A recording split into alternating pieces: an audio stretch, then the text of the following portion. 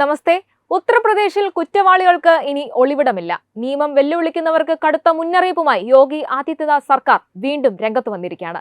രാജ്യത്തെ പല സംസ്ഥാനങ്ങളിലും കുറ്റകൃത്യങ്ങൾ വർദ്ധിക്കുന്നുവെന്ന വിമർശനങ്ങൾ ഉയരുമ്പോൾ ഉത്തർപ്രദേശിൽ കുറ്റവാളികൾക്കെതിരെ യാതൊരു വിട്ടുവീഴ്ചയുമില്ലെന്ന സന്ദേശമാണ് ഏറ്റവും പുതിയ പോലീസ് നടപടി വ്യക്തമാക്കുന്നത്.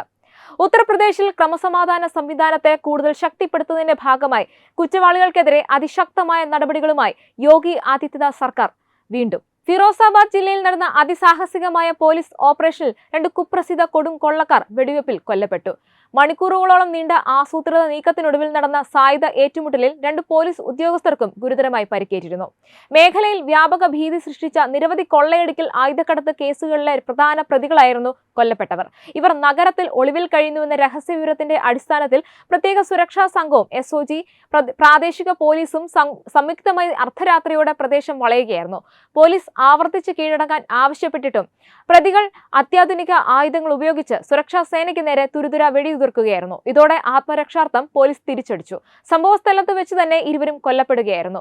വെടിവെപ്പിൽ പരിക്കേറ്റ 2 പോലീസ് ഉദ്യോഗസ്ഥരെ ഉടൻ സമീപത്തെ സൂപ്പർ സ്പെഷ്യാലിറ്റി ആശുപത്രിയിലേക്ക് മാറ്റി. അവരുടെ ആരോഗ്യനില നിരീക്ഷിച്ചു വരികയാണെന്ന് ഡോക്ടർമാർ അറിയിച്ചു. കൊല്ലപ്പെട്ട പ്രതികളിൽ നിന്ന് വൻതോതിൽ കൊള്ളയടിച്ച പണവും വിദേശ നിർമ്മിത പിസ്റ്റളുകളും ഉപയോഗിക്കാത്ത വെടിയുണ്ടകളും പോലീസ് പിടിച്ചെടുത്തു. കൃത്യസമയത്ത് നടത്തിയ ശക്തമായ ഇടപെടലിലൂടെ വലിയ തോതിലുള്ള കൂടുതൽ കുറ്റകൃത്യങ്ങൾ തടയാൻ കഴിഞ്ഞതായി ഫിറോസാബാദ് സീനിയർ പോലീസ് സൂപ്രണ്ട് വ്യക്തമാക്കി.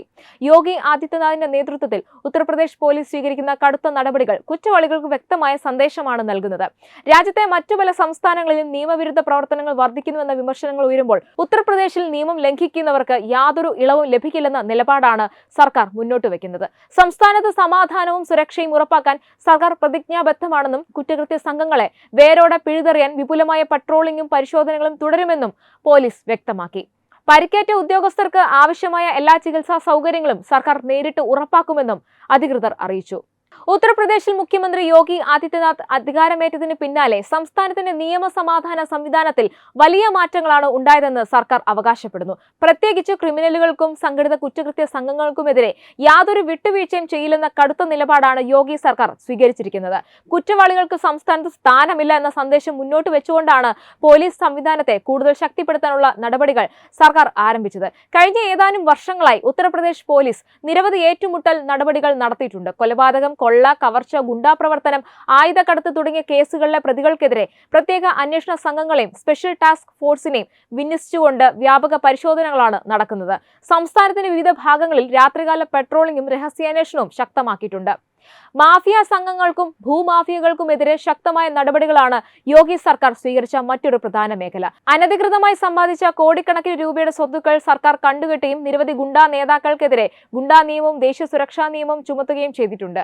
ഇതിലൂടെ സംഘടിത കുറ്റകൃത്യ ശൃംഖലകളെ തകർക്കാനാണ് സർക്കാർ ശ്രമിക്കുന്നത്. സ്ത്രീകൾക്കും കുട്ടികൾക്കുമെതിരായ കുറ്റകൃത്യങ്ങൾ നിയന്ത്രിക്കുന്നതിനായി പ്രത്യേക ഹെൽപ്പ് ലൈനുകൾ, വനിതാ പെട്രോളിംഗ് സംഘങ്ങൾ, ഫാസ്റ്റ് ട്രാക്ക് കോടതികൾ എന്നിവയും സംസ്ഥാന സർക്കാർ നടപ്പിലാക്കിയിട്ടുണ്ട്. നഗരങ്ങളിലും ഗ്രാമങ്ങളിലും CCTV നിരീക്ഷണവും സാങ്കേതിക സംവിധാനങ്ങളും വ്യാപിപ്പിക്കുന്നതിലും സർക്കാർ ശ്രദ്ധ കേന്ദ്രീകരിച്ചിട്ടുണ്ട്. അതേസമയം പോലീസിന്റെ ഏറ്റുമുട്ടൽ നടപടികളെയും കർശന നിയമ നടപടികളെയും കുറിച്ച് വിവിധ കോണുകളിൽ നിന്ന് വിമർശനങ്ങളും ഉയരുന്നുണ്ട്. മനുഷ്യാവകാശ സംഘടനകളും പ്രതിപക്ഷ പാർട്ടികളും ഇത്തരം നടപടികളിൽ കൂടുതൽ സുതാര്യതയും നിയമപരമായ മേൽനോട്ടം ആവശ്യമാണെന്ന് ചൂണ്ടിക്കാണിക്കുന്നു. എന്നാൽ ക്രിമിനലുകൾക്കെതിരെ ശക്തമായ നടപടി സ്വീകരിക്കുന്നതിലൂടെ സംസ്ഥാനത്ത് സുരക്ഷാ ബോധം വർദ്ധിച്ചതായാണ് യോഗി സർക്കാരും അനുകൂലികളും വാദിക്കുന്നത്. നിയമവാഴ്ച ഉറപ്പാക്കുകയും സാധാരണ ജനങ്ങളുടെ സുരക്ഷ ശക്തിപ്പെടുത്തുകയും ചെയ്യുക എന്ന ലക്ഷ്യത്തോടെയാണ് ഉത്തർപ്രദേശ് പോലീസ് മുന്നോട്ട് വെക്കുന്നതെന്ന് സർക്കാർ വ്യക്തമാക്കുന്നു. കുറ്റകൃത്യങ്ങളെ ചെറുക്കുന്നതിൽ കർശന നിലപാട് തുടരുമെന്നും ക്രിമിനൽ സംഘങ്ങൾക്കെതിരെ ഭാവിയിലും ശക്തമായ നടപടികൾ ഉണ്ടാകുമെന്നും സർക്കാർ ആവർത്തിച്ചു വ്യക്തമാക്കിയിട്ടുണ്ട്. बहनों और भाइयों, 2017 के पहले सोने वाले लोग थे.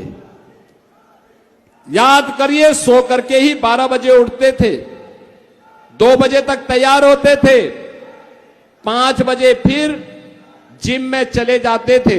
तो जनता के लिए कहां उनके पास फुर्सत थी? जनता के लिए फुर्सत नहीं थी. ये लोग माफिया के सामने नाक रगड़ने वाले लोग थे. दंगाइयों को अपने घर में बुला करके उन्हें सम्मानित करते थे. अब यूपी बदल चुका है.